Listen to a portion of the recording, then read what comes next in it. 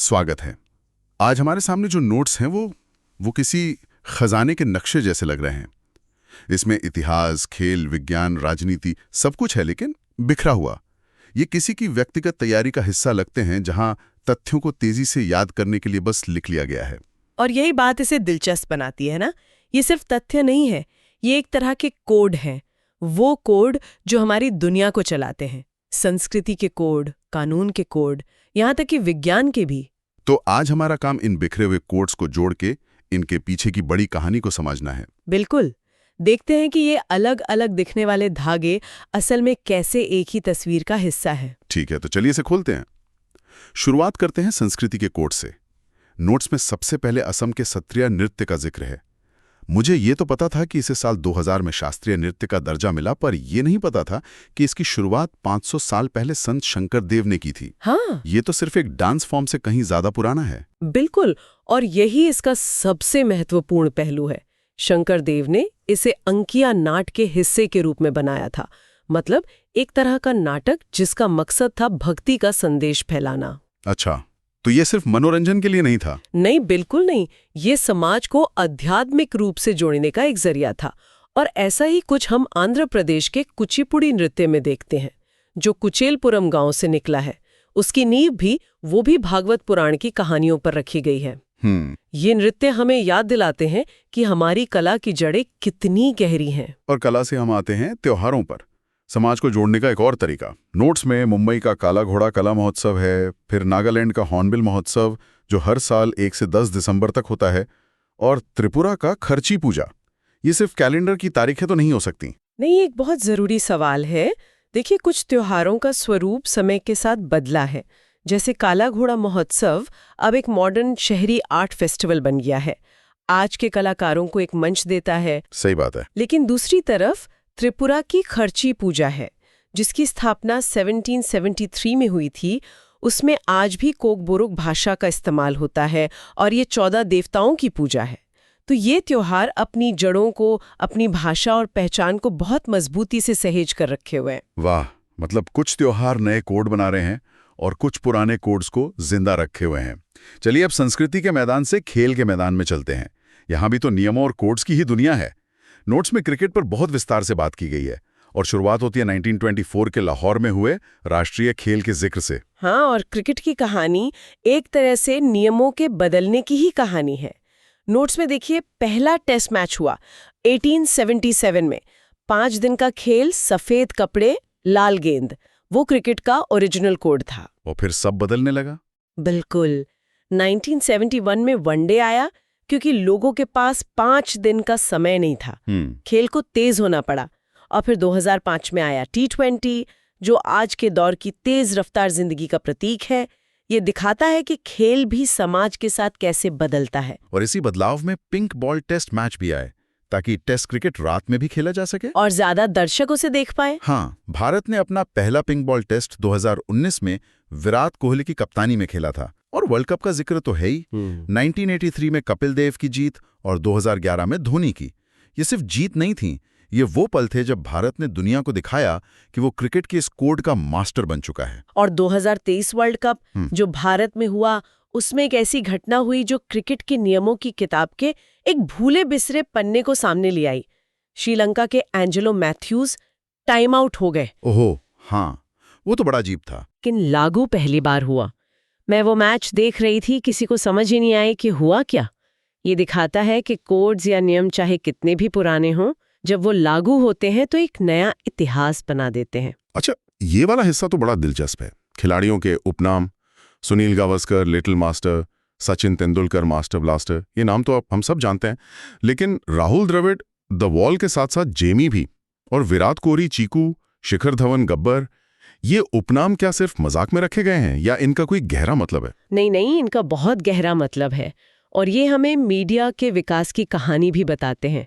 Little master एक बहुत सम्मानजनक औपचारिक नाम है जो दूरदर्शन के दौर का प्रतीक है। लेकिन चीकू और गब्बर ये नाम सोशल मीडिया के दौर के हैं, जहां खिलाड़ी और फैंस के बीच का रिश्ता ज्यादा अनौपचारिक, ज्यादा व्यक्तिगत हो गया है। द वॉल राहुल द्रविड़ की तकनीक को बताता है, तो कैप्टन कूल धोनी के स्वभाव को। ये उपनाम खिलाड़ियों के व्यक्तित्व का कोड बन जाते हैं। और फिर उनकी आत्मकथाएं भी हैं, सचिन की प्लेइंग इट माय वे या युवराज की the test of my life. हाँ, जहां ये खिलाड़ी अपने जीवन का कोड खुद लिखते हैं। खेलों की दुनिया नियमों से चलती है, लेकिन इतिहास तो उन लोगों से भरा पड़ा है जिन्होंने पूरे साम्राज्य के नियम बदलने की कोशिश की। नोट्स में अगला जिक्र दिल्ली सल्तनत के मोहम्मद बिन तुगलक का है। राजधानी को दिल्ली से दौलताबाद ले जाना, ये तो पूरे सिस्टम का कोड बदलने जैसा था। बिल्कुल, और ये एक बहुत बड़ा और विवादास्पद फैसला था। तुगलक की सोच ये थी कि दौलताबाद केंद्र में है और वहां से पूरे भारत पर नियंत्रण रखना आसान होगा। पर वो नाकाम रहा। बुरी तरह नाकाम हुआ। ये हमें सिखाता है कि किसी सिस्टम का कोड बदलना कितना मुश्किल हो सकता है। और उसी दौर को और बेहतर समझने के लिए नोट्स में एक और दिलचस्प कनेक्शन है। 1333 में मोरक्को का यात्री इब्न बतूता तुगलक के दरबार में आया और उसी दौर के आसपास एक अलग हिस्से में गुरु नानक सिख धर्म की नींव रख रहे थे, जो उस समय के सुल्तान सिकंदर लोधी के समकालीन थे। मतलब एक ही समय में? हाँ, जब एक शासक बड़े प्रशासनिक बदलाव कर रहा था, उसी समय समाज में बड़े धार्मिक और सामाजिक बदलाव भी हो रहे थे। और जब नियमों और कानूनों की बात हो ही रही है, तो अब देश के सबसे बड़े कोड पर आते हैं, भारत का संविधान। नोट्स में 12 अनुसूचियों की लिस्ट है, 8वीं में 22 भाषाएं, 10वीं में दल बदल कानून। पर जिस चीज ने मेरा ध्यान खींचा वो है अनुच्छेद 32। Doctor B.R. अम्बेडकर ने इसे संविधान की आत्मा कहा था। ऐसा क्यों? इसे ऐसे समझिए कि संविधान हमें बहुत से मौलिक अधिकार देता है, लेकिन अगर उन अधिकारों को लागू करवाने का कोई तरीका ही ना हो तो वो सिर्फ कागज पर लिखे अच्छे शब्द रह जाएंगे। ठीक है। अनुच्छेद 32 वही तरीका है। ये हर नागरिक को सीधे सुप्रीम कोर्ट जाने का अधिकार देता है अगर उसके मौलिक अधिकारों का हनन हो। और अंबेडकर ने हमें इसमें 5 सुपर पावर दी हैं, जिन्हें रिट्स कहते हैं। 5 सुपर पावर, ये सुनने में तो काफी दिलचस्प है। हाँ, जैसे एक है बंदी प्रत्यक्षीकरण या हेबियस कॉर्पस। इसका सीधा मतलब है जिस व्यक्ति को गिरफ्तार किया है उसे कोर्ट के सामने पेश करो। यह सरकार की मनमानी गिरफ्तारी पर रोक लगाता है। फिर है परमादेश, जो किसी सरकारी अधिकारी को उसका काम करने का आदेश देता है अगर वो नहीं कर रहा है। तो ये एक तरह का सेफ्टी वॉल्व है। बिल्कुल, ये लोकतंत्र का सेफ्टी वॉल्व है। अगर सरकार अपनी शक्तियों का गलत इस्तेमाल करती है तो अनुच्छेद 32 नागरिकों को इस वॉल्व को खींचने की ताकत देता है। इसीलिए ये संविधान की आत्मा है। वाह। और इसी के साथ अनुच्छेद 21, 23 और 24 का भी जिक्र है। जीवन का अधिकार, मानव तस्करी पर रोक और बाल श्रम पर रोक। हाँ, ये सिर्फ कानून नहीं है, ये हमारे संविधान के मानवीय कोड हैं जो हर नागरिक के सम्मान और सुरक्षा को सुनिश्चित करते हैं। ये कोड सिर्फ इंसानों ने ही नहीं बनाए हैं, प्रकृति के भी अपने कोड हैं जो हमारे देश के भूगोल में लिखे हैं। नोट्स में भारत की नदियों को 2 हिस्सों में बांटा गया है, अरब सागर में गिरने वाली और बंगाल की खाड़ी में गिरने वाली। हाँ, और इंसान ने हमेशा प्रकृति के इस कोड को समझने और फिर उसे अपनी जरूरत के हिसाब से बदलने की कोशिश की है। इसी का नतीजा है ये बांध परियोजनाएं, जिनका जिक्र नोट्स में है। केरल में पेरियार नदी पर उडुक्की परियोजना या उत्तराखंड में भागीरथी नदी पर टिहरी बांध। ये परियोजनाएं प्रकृति की शक्ति यानी पानी के बहाव को नियंत्रित करके बिजली और सिंचाई के लिए इस्तेमाल करती हैं। ये विकास के लिए जरूरी तो है, लेकिन प्रकृति के कोड में एक बड़ा बदलाव भी है। बिल्कुल। और भूगोल से अर्थव्यवस्था पर आते हैं। यहाँ दादा भाई नौरोजी की ड्रेन ऑफ वेल्थ थियरी का जिक्र है, जो उनकी किताब poverty and un-British rule in India में थी। ये सिर्फ एक किताबी सिद्धांत तो नहीं रहा होगा। नहीं, ये एक धमाका था। इसने पहली बार आंकड़ों और तथ्यों के साथ ये साबित किया कि ब्रिटिश राज भारत के लिए आर्थिक रूप से कितना विनाशकारी था। नौरोजी ने ब्रिटिश शासन के उस कोड को डिकोड कर दिया जो कहता था कि वो भारत का भला करने आए हैं। उन्होंने दिखाया कि असल में वो भारत के संसाधनों को इंग्लैंड ले जा रहे थे, जिससे भारत गरीब हो रहा था। तो इस एक थ्योरी ने स्वतंत्रता आंदोलन को एक मजबूत आधार दिया, एक मजबूत बौद्धिक तर्क दिया। हाँ, और आजाद भारत ने फिर अपना खुद का आर्थिक कोड लिखा। नोट्स में कुछ तारीखें हैं।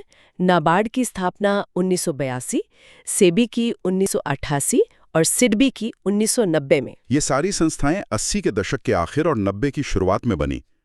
क्या ये सिर्फ एक इत्तेफाक है? नहीं, ये कोई इत्तेफाक नहीं है। ये भारत की आर्थिक कहानी का एक बहुत महत्वपूर्ण मोड़ है। ये संस्थाएं भारत में 1991 में हुए उदारीकरण से ठीक पहले स्थापित की गई थीं। नाबार्ड को कृषि और ग्रामीण विकास के लिए, सेबी को शेयर बाजार को नियंत्रित करने के लिए और सिडबी को छोटे उद्योगों को बढ़ावा देने के लिए बनाया गया। तो ये एक नए आर्थिक युग की तैयारी थी। हाँ, ये दिखाता है कि भारत एक बंद अर्थव्यवस्था से एक मॉडर्न बाजार आधारित अर्थव्यवस्था बनने के लिए अपनी नींव कैसे मजबूत कर रहा था। और अब हम आते हैं सबसे बुनियादी कोड्स पर, वो कोड्स जो इस पूरी कायनात को चलाते हैं, विज्ञान। नोट्स के आखिर में कुछ तेज तथ्य हैं। जे थॉमसन ने इलेक्ट्रॉन खोजा, रदरफोर्ड ने प्रोटॉन और चैडविक ने न्यूट्रॉन। ये तथ्य देखने में भले ही छोटे लगे, लेकिन इनके बीच का समय देखिए। इलेक्ट्रॉन की खोज 1897 में हुई, जिसके लिए थॉमसन को 1906 में नोबेल मिला। फिर प्रोटॉन की खोज 1917 में रदरफोर्ड ने की और न्यूट्रॉन 1932 में चैडविक ने खोजा। मतलब परमाणु के कोड को समझने में दुनिया के सबसे तेज दिमागों को लगभग 35 साल लगे। हाँ, हर खोज ने परमाणु के पुराने मॉडल को तोड़ दिया और एक नई समझ पैदा की, जिसने हमें एटॉमिक एनर्जी से लेकर आज के स्मार्टफोन तक पहुंचाया। और आखिर में सदिश और अदिश राशियों का जिक्र है। मुझे ये स्कूल में कभी ठीक से समझ नहीं आया। इसे एक आसान उदाहरण से समझते हैं। अदिश राशि यानी स्केलर ऐसा है जैसे आप कहें गाड़ी 60 किलोमीटर प्रति घंटे की रफ्तार से चल रही है। ये सिर्फ रफ्तार बताती है। ठीक है, बस रफ्तार। हाँ, लेकिन सदिश राशि यानी वेक्टर है, गाड़ी 60 किलोमीटर प्रति घंटे की रफ्तार से दिल्ली की तरफ जा रही है। इसमें रफ्तार भी है और दिशा भी।